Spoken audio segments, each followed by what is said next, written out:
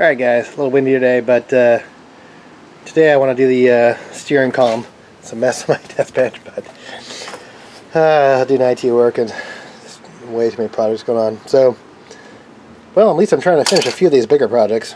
And then, you know, I have the light one. I don't think I've even showed you this one, the LED light, internal light upgrade. But, alright, so today is the day that I want to get this thing going. So, yeah, I got to pull the steering column out, the old one. I'm actually reusing the shaft, but I'll tell you that. I'll show you that when I get over there. But so I got to pull the old column out and take the shaft out and put this one in and wire everything up. So, all right. All right, guys. So I've already started taking this thing apart. This little cover sheath thing. I guess I had custom wired this Bronco with a different kit, like a wiring kit. It wasn't like it was like a cheapo eBay one for a couple $100.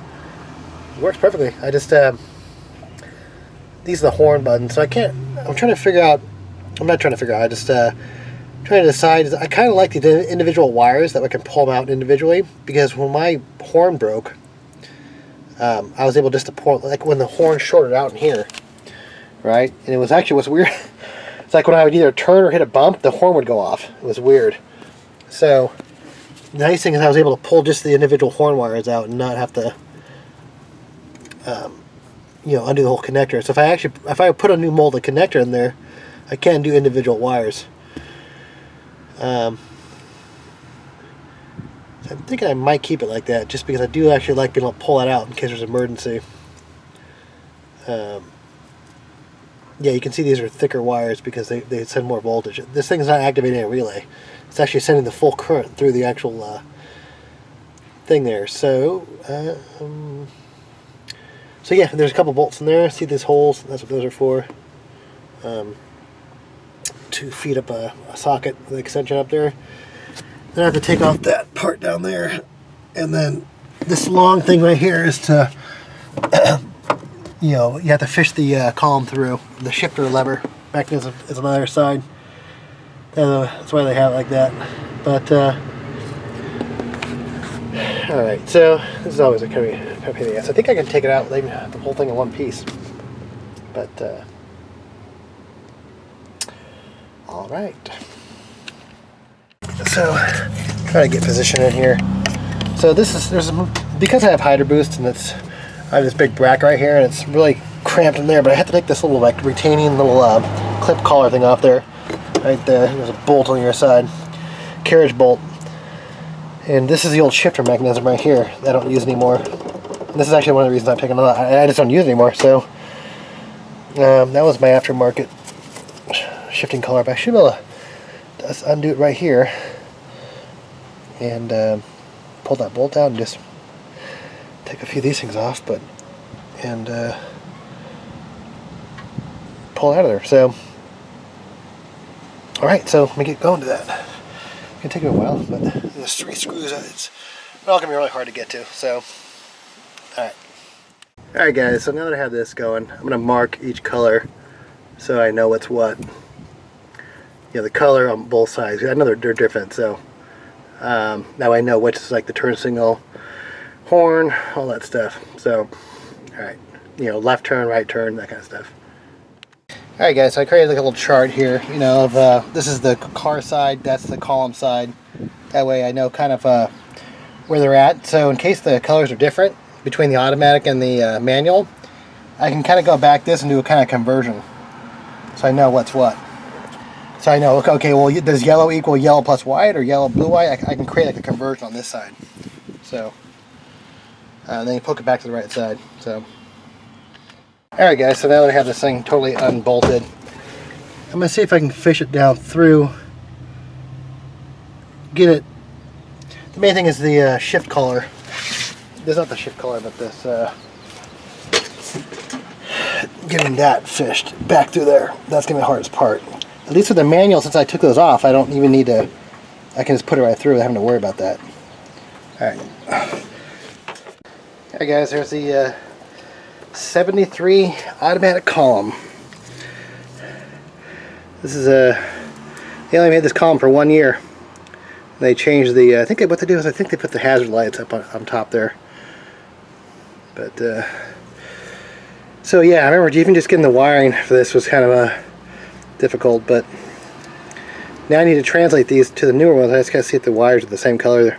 I'm sure there's gonna be some different ones in there. So let me grab the other column quick. I'll do side by side. Alright, there they are, side by side. I mean, they look almost nearly identical. You know, it's almost like it was a cross between a, you know, like a manual and they're totally different, the 73, you know. 73 was, like I said, an unusual column. I can take that stuff off. Locking mechanism. Yeah, a lot of that stuff you have to do when you're... Alright, so I gotta figure out the wires, make sure they're the same. Or convert them if I have to. Alright. Well, I know the thick ones are the horn. It looks like the horn are the same color. Except this is blue and yellow. That's thick blue and white. That's not really an issue, but I know the thick wires are the horn. It's gonna be the other ones, the small wires I'm wondering about. But they look like they're, except for blue, orange and blue. I don't think there's an orange or blue in this one. Alright, I'll just have to go through each one and I have to get a wiring diagram for each and know what each is. So, alright, cool. Alright guys, got the steering wheel off the original one, and the wiring color is a little bit different, but I guess that's not red, that's orange. So yeah, they're pretty much the same or a little bit different, but they should just come out now. These little things just pop out. Spring, a little retainer. Shaft just pull at the bottom.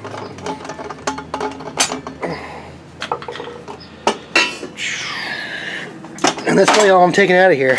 That's actually one of those aftermarket collars. I forget which one. But what's interesting is the top bearing is the same. They went to, I think, a seal bearing after the 70s, but the bottom bearing is different. So I guess if I wanted to, I could use one of this one.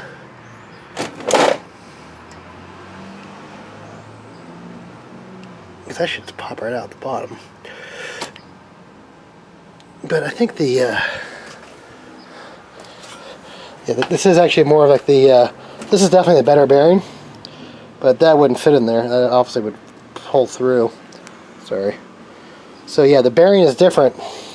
So in the early models, they used the same bearing on both sides, and then I had to buy this. And originally, I think I even had made a video of it. I was trying to figure out how this would go on there, but it was never designed to go on there. It was designed to seal this bearing, preventing dirt from getting in there. So, yeah, that was the main thing. Is they changed the bearing types throughout the years. You know, like what kind of bearings were in these things. So, really, I mean, that's why. Besides a couple of things like the wiring, like the hazard lights, but the bearings change. That's what I've been figuring out, you know, messing with this stuff. So, alright, now I have the shaft out. I can start playing with this thing, get this thing in here, and set up. Ooh, lost my thing here. So, alright, I'll be back. Get this thing going. Alright, guys, you know, this didn't come packed with grease, it looks like, so I'm going to put a little of this Lucas white lithium grease in there. And just pack it in there. And I'll show you the order that I put all the stuff back together down here. Let me show you the order of these bearings. So you have the bearing, the sleeve, and then the I guess the dust cover. And that thing is to keep this rod centered in that bearing. So I'm gonna get this thing slid in there. It's hard doing this with one hand. It's gonna fall over. I'm trying to hold up here on my belly. Alright. So as you can see. Well, this camera camera down so you can maybe see it. Hope you're still in the frame. Okay, let's gotta wiggle that through that top portion. And that, I'm gonna hold that like that. It doesn't, I don't know if I'm supposed to pound that in or not.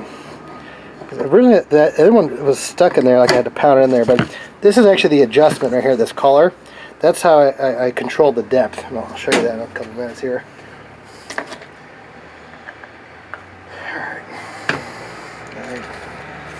Alright, now, as you can see, sorry, my garage is a disaster.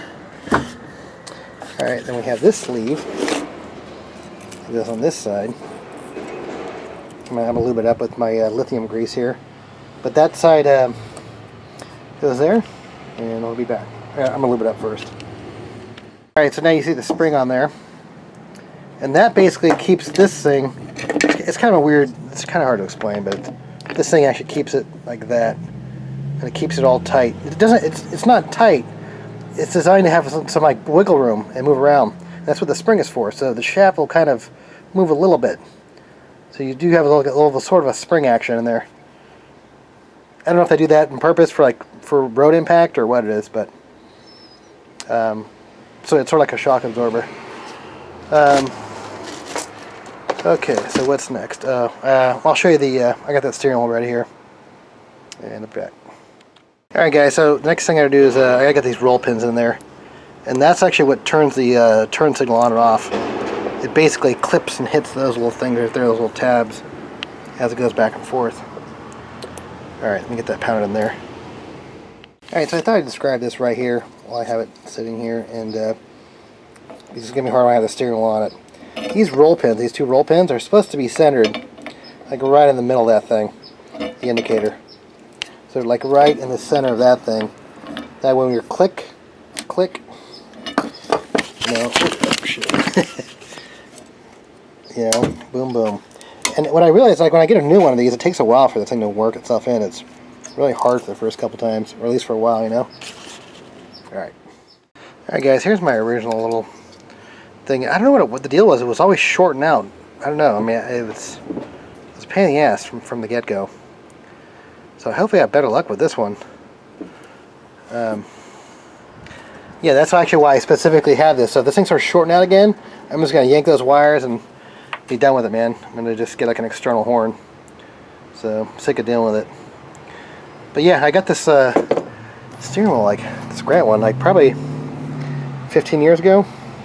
I got it when I first got the Bronco, or maybe longer than that, I don't know, maybe a couple years after, I don't know. But alright, so get this going. So now I gotta get this mounted on the steering wheel. I want to try to get the orientation correct. But you will see. Alright guys, got this over at O'Reilly. It's a dielectric grease. We'll put that on the contacts here. And then we'll rub it in. Not too much, I guess. That's going to help lubricate this thing and keep it quiet, hopefully. Like I said, I have nothing but problems with these horns, so yeah, my problem was I already mentioned this earlier in the video, but it was weird. It's like the contact, I think, would skip or something, and my horn would go off. So sometimes when I turn, it would freak people out because my horn would be honking, or if I hit a bump, my horn would honk. But mainly when it was turning, and sometimes it would stick. Like I think it would short out, like the contact, and it would, yeah, it'd be a freaking nightmare. Like sometimes it actually would make the steering wheel stick. It's weird. Like it would short and like stick.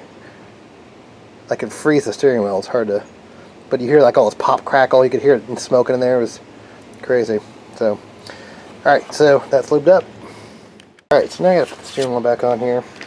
So obviously I have the spring, and you want these roll pins to be like right there. And this is actually where I'm going to adjust the depth, but I'm going to give it a go with the stock height. I got to push it in there, and I got to get my nut on there to grab it. But I'm sure I'm going to have to take the steering wheel off a couple times to get it lined up correctly. So, alright. Alright, so maybe you can see what I'm doing here. This might give you a better representation of what I'm doing. See that right there? contacts on those contacts. Yeah, it makes noise. I just don't know if I like that or not. So, yeah, there's nothing you can do about that. You know, it's just the way it is. So, all right. So I'm gonna tighten the nut down. That should bring it closer. And then I'll test the turn indicators and see if I go on and off and see what happens. I can get that on video. Down, left turn. You hear this thing click. Okay, click. Those are the 2 roll pins. And that's it. You can see that pop back in. So let's go back again. Left turn. That's the roll pin hitting it. That noise will go away once it's, and then it just popped it back in the spot. So yeah, it's just already making, I can already hear the noise from those contacts.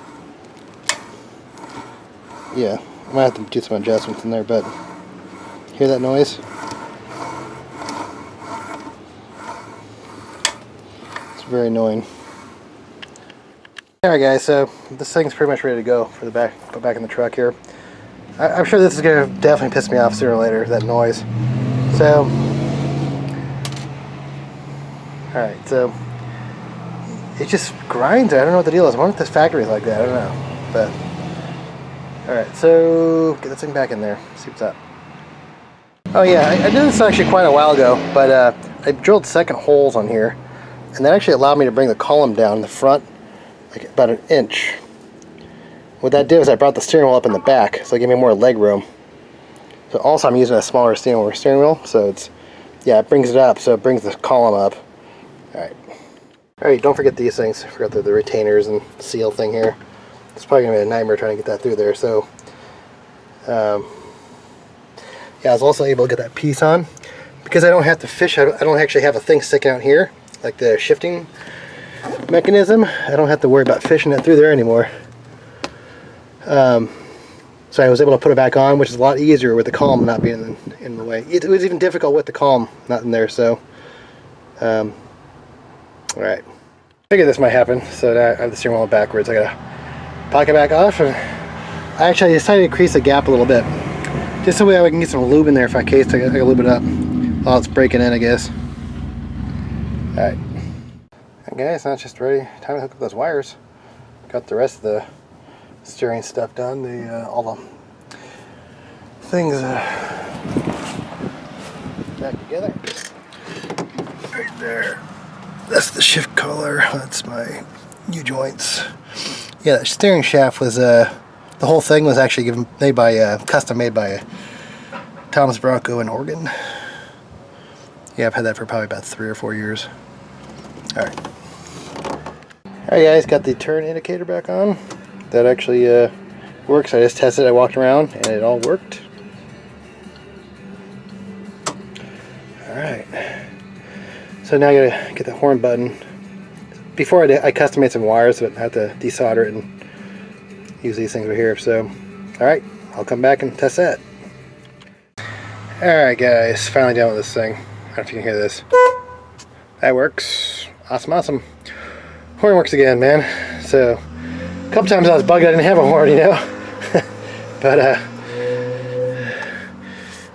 yeah, the reason why I went through all this is because I put this down here, and I didn't want to have the shifter mechanism up here anymore, so down here, sit down. So for the last couple of months, I've been, you know, hitting the shifter because it's been up here. You know, I just totally forget that it's down there. And, you know, so you know, sometimes I still do that, but I mean, now that's not even there, I won't even do that. You know, at least, you know, even I mean, having the shifter there was definitely head game there. So that's a Sidewinder. And yeah, cleaner. Look at that.